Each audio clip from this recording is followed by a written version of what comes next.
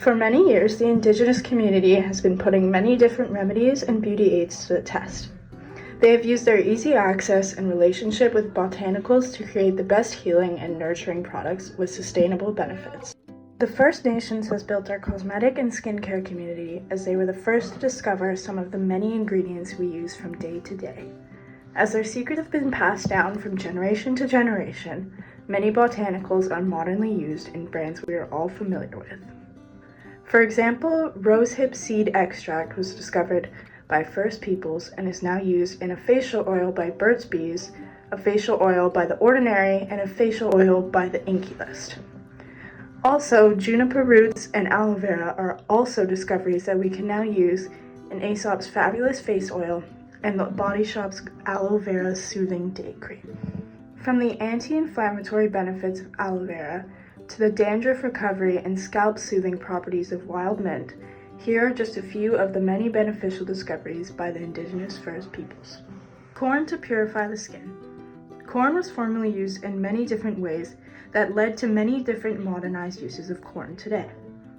As we presently still consume corn as a food source, we can also use it as a cleanser for our skin. Corn was oftenly rubbed onto the skin by Indigenous tribes prior to any ceremonial performances to ensure all impurities are removed from the face and body. Tribes would mix water and corn to make the exfoliator. The bond between water and cornstarch is a polar bond. This attraction is due to the higher electronegativity value of oxygen than hydrogen. Hydrogen bond is polar in nature and it is formed by the electroelastic interactions. Grounded up corn was also used as an exfoliator to get rid of dead skin cells and to promote quicker cell turnover and replenishing. Corn contains 70 to 75% starch, 8 to 10% protein, and 4 to 5% oil. Carotenoids are in beta-carotene. They are very important for human health. Studies show that consumption of carotenoid-rich foods can prevent many different diseases. Carotens are strictly hydrocarbons. Carotenoids are traditionally grouped into carotenes and xanthophylls. Xanthophylls are oxygenated carotenoids containing alcohol, carbonyl, or other functional groups. Structurally, the carotenoids may be acyclic or contain a ring of 6 carbons at one or both ends of the molecule. Starch is a biodegradable, sustainable, and natural anti-inflammatory, itch-soothing, and calming factor for burns and rashes. Corn is a rich source of beta-carotene, vitamin A, vitamin B, magnesium, and iron. Our body uses beta-carotene to convert into vitamin A, also known as retinol. Beta-carotene is an antioxidant and its chemical formula is C40H56. Indigenous people have been using aloe vera for many generations. The benefits include soothing as well as healing the skin. It's also used to hydrate and protect the skin while being in extreme climates such as dry deserts. It's also used to treat sunburns and being used as soap. Fast forward to today, this popular ingredient is included in many well-known products such as many skin-soothing formulas from after sun cream to face masks and moisturizer. Healthy skin is normally slightly acidic, with a pH between 4.5 and 6. Our skin's acidic foam on the surface protects skin from potential bacteria, pollutants, and viruses. Aloe vera is the same pH as your skin, 4.5. This quality allows aloe vera gel to absorb and penetrate into your skin quickly and deeply. This is the reason why aloe vera is commonly used for sunscreen. For that reason, it's perfect and ideal for all skincare products. The production process of activating the aloe vera plant and preparing it for use, it involves crushing, grinding, or pressing of the entire leaf of the aloe vera plant to produce an aloe vera juice. The aloe vera plant, being in the cactus family, is composed by about 99.5% water, with an average pH of 4.5. The remaining solid material contains over 75 different ingredients, including vitamins, more specifically vitamin A, C, and E, which are antioxidants, as well as vitamin B12.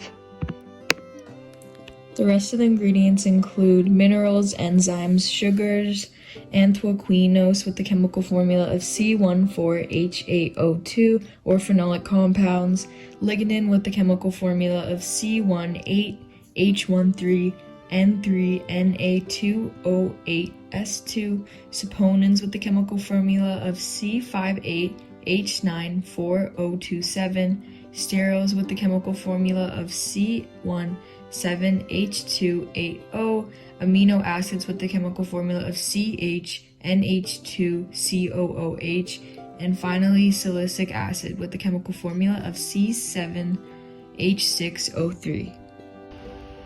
Other than skincare, the First Nations also made traditional face makeup using different sources around them.